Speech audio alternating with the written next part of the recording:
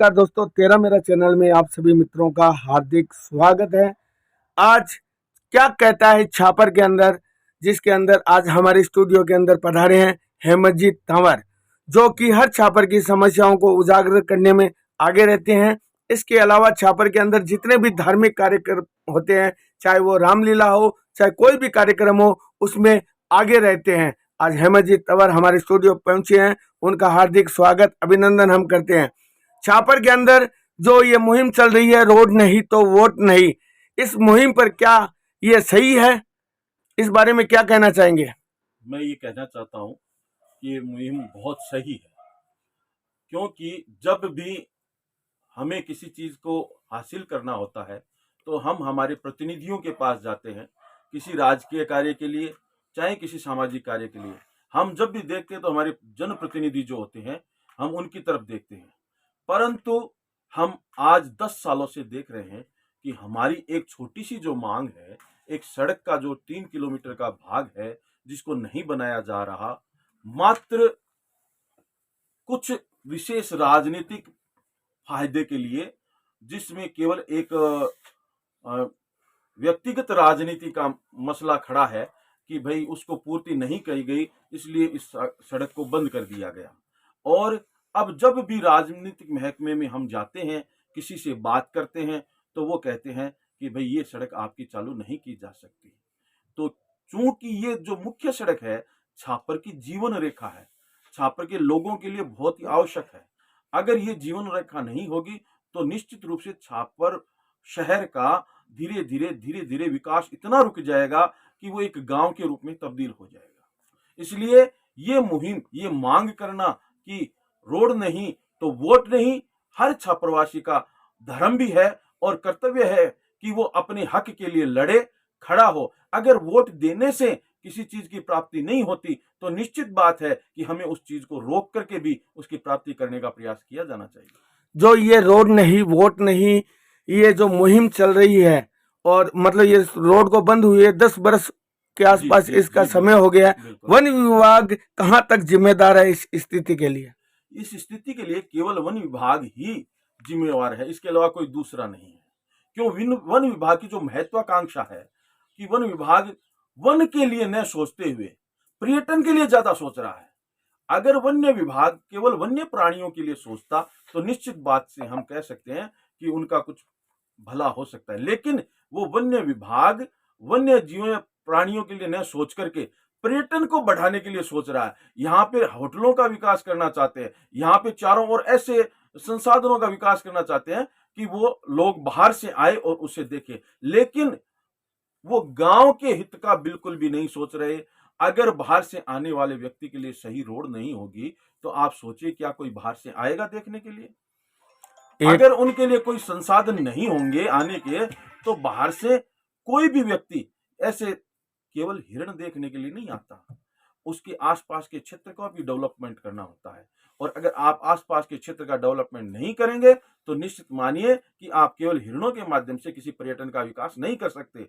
इसलिए वन्य विभाग की जो योजनाएं हैं वो इसके लिए पूर्ण रूप से जिम्मेवार है कि जो छापर को इतने पतन की ओर भेज रहा है। एक हेमंत जी, जो ये रोड बंद हुई है, इससे छापर को क्या क्या चीज का नुकसान हुआ है?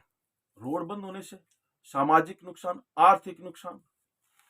आर्थिक नुकसान तो सबसे बड़ा पहला नुकसान है कि जब भी कोई सुजानगढ़ के लिए यहां से जाता है तो नियर जो हमारा पैलेस है वो एक सुजानगढ़ है, तो उसको घूम करके जाना पड़ेगा। हर व्यक्ति के पेट्रोल का, टिकट का जो अतिरिक्त भार आ रहा है वो आर्थिक नुकसान हो ही रहा है। और रहा सामाजिक नुकसान, सामाजिक नुकसान के चलते हुए कितने लोगों की दूरियां बढ़ी है।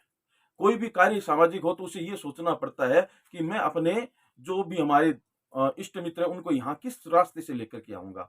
जो बाहर से मेरे से मिलने के लिए आएंगे वो इस पिछड़े हुए गांव की तरफ देखेंगे कि वो व्यक्ति किस तरह से रह रहा है, इस गांव का कोई विकास नहीं हो रहा है। तो ये एक सामाजिक परिणाम है, सामाजिक दुष्परिणाम है कि व्यक्ति अपने लिए, अपने हित के लिए यहाँ पे कुछ नहीं सोच सकता।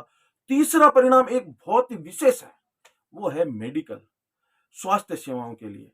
आज यहाँ छापर शहर हो या चाहे कोई भी ग्रामीण अंचल हो, सबसे प्राथमिक व्यवस्था उसमें मेडिकल की और स्वास्थ्य की होती है। हमारे यहाँ इतना बड़ा कोई स्वास्थ्य केंद्र नहीं है कि जिससे हमारे यहाँ का इलाज हो सके। हमारे यहाँ कोई भी ऐसी गंभीर परिस्थिति बनती है तो उसके लिए हमें सुजानगढ़ की ओर जाना ही पड़ता है। और ऐसे परिणाम आए हैं पिछले 10 वर्षों में, कम से कम 20-25 मौतें हो चुकी इस कारण से, घूम करके जाने के कारण।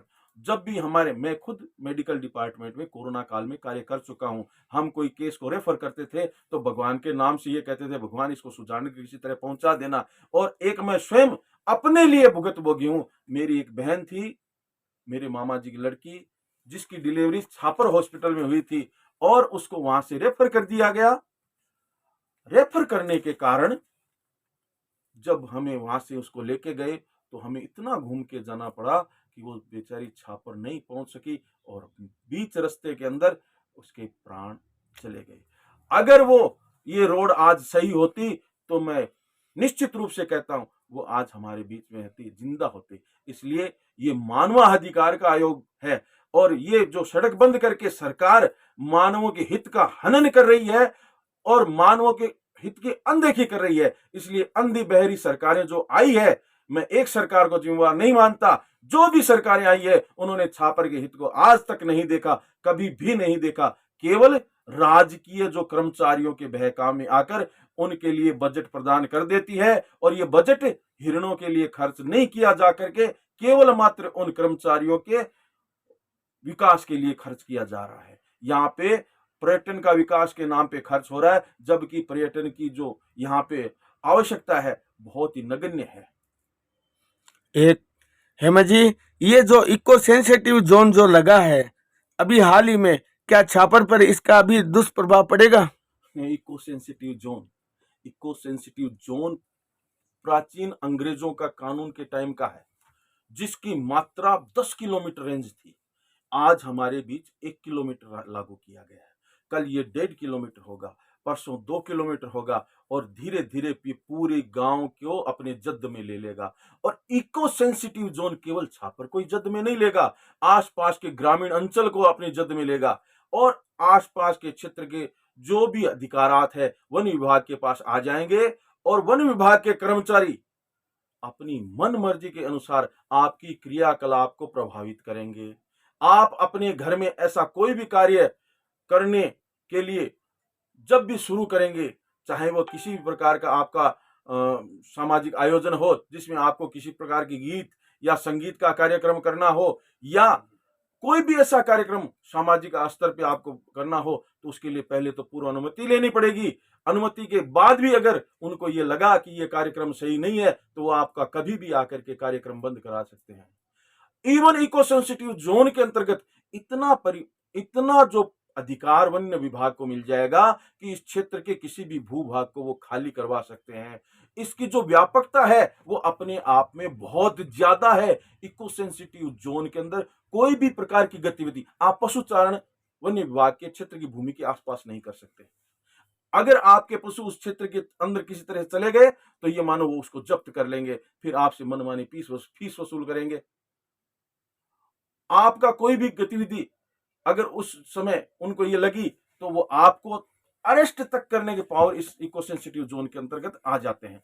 अभी तो ये लागू हुआ है, इसकी जो भयावहता है वो बहुत बड़ी है, अभी हमें दिख नहीं रही है, हम इसके बारे में शायद कुछ नहीं जान पा रहे हैं। इको सेंसिटिव जोन अपने आप में एक बहुत बड़ा कानून है, जो कि आप घना पक्षी विहार, किसी भी टाइगर रिजर्व के आसपास के वहां के जाकर के क्षेत्रों को देखे जहां पे पहले इको सेंसिटिव जोन लगाया गया था, वहां के गांव उठा करके प्रतिस्थापित कर दिए गए थे और आज वहां पे कोई भी नहीं है रहने वाला। एकदम से पूरे गांव झोपड़ियां खाली करके दूसरे स्थानों पर चले गए। और मैं जहां तक सोच रहा हूं, मैं देख रहा हूं कि एक दिन छापर की ये स्थिति आने वाले निकट समय में होने वाली है। इसलिए मैं ये पहले से कह देना चाहता हूं कि जागो छापरवासियों, रोड नहीं तो वोट नहीं, इको सेंसिटिव जोन हटाया जाए। हेमा जी, एक आप हमारे छापर के युवाओं को और ग्रामवासियों को कुछ कहना चाहेंगे? मैं छापर के युवाओं को और ग्रामवासियों को आह्वाहित करना चाहता हूं और ये कहना चाहता हूं कि अपने हक के लिए लड़ना कोई अपराध नहीं है, अपने हक के लिए नहीं लड़ना अपराध है। हमारे धार्मिक ग्रंथों में भी कहा गया है कि सहन करना, अन्याय को सहन करना अन्याय करने से भी बड़ा अपराध माना गया। इसलिए अन्याय को सहन मत करो, उसका प्रतिकार जरूर करो और अपना प्रयास जरूर करो। हम अगर वोट देकर के किसी चीज को हासिल कर सकते हैं तो एक बार यह भी परिणाम करके देखो कि वोट नहीं देकर के उसे हासिल किया जा सकता है। हम अगर हमारी कहीं सुनवाई नहीं हो रही है, हमने बार बार सबको लिख दिया है, हमें बार बार हमें दबाया जा रहा है, तो हम छात्र को एक साथ संगठित होना पड़ेगा। सबसे पहली चीज संगठन में शक्ति है, एक साथ संगठित होना पड़ेगा, एक साथ आना पड़ेगा, एक मंच से आवाज उठानी पड़ेगी। छापर के नहीं, आसपास के युवाओं को, जिनका क्षेत्र हमारे वन्य क्षेत्र से लग रहा है, जिनका हित इस सड़क से जुड़ा हुआ है, जिनका हित छापर से जुड़ा हुआ है, उन सबको एक जगह आना पड़ेगा और इस लड़ाई में सक्रिय भागीदारी बना करके इस लड़ाई को आगे बढ़ाना पड़ेगा और हमारी मांगे वहां तक पहुंचानी पड़ेगी जहां तक हमारी मांगे आज तक सुनी नहीं जा रही है। इसलिए मैं फिर से सबका आह्वान करता हूं, युवा शक्ति, हमारे जो बुजुर्ग हैं उनका नेतृत्व है और सब मिलकर के महिलाएं, माताएं, बहनें इस मुहिम में आगे आए, एक साथ हो और एक निर्णय के ऊपर चले और एक साथ इस अलग को जगाएं और इस क्रांति को जगाएं कि रोड नहीं तो वोट नहीं, हमारी समस्याओं का समाधान उचित माध्यम से होना ही चाहिए, चाहे उसके लिए कुछ भी किया जाना चाहिए। इसलिए आप हमें एक साथ संगठित होना है और इस मुहिम को जल्दी से जल्दी और ज्यादा से ज्यादा आगे बढ़ाना है। धन्यवाद।